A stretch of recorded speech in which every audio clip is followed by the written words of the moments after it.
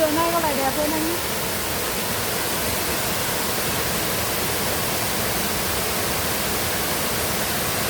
Đẩy chân ra đi tiếp ra đấy, đừng như vậy nguy hiểm, đẩy giả ra đây nè. Đẩy giả ra là kiểu Nói chân được. quán cũng có chịu thôi.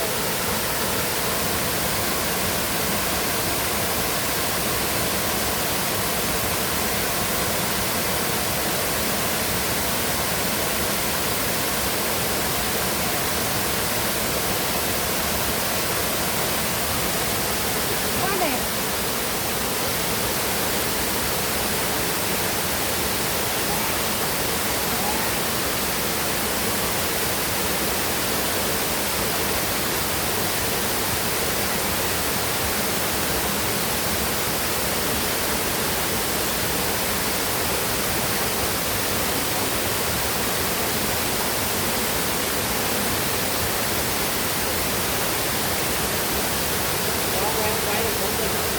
Ừ.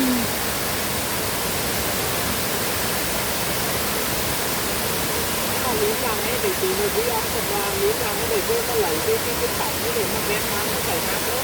Cái này mới được. Anh thôi nữa dùng cái phái chắc khi ấm luôn. Hay là quay? À được cái im để em quay thôi nhá. Quay luôn nha.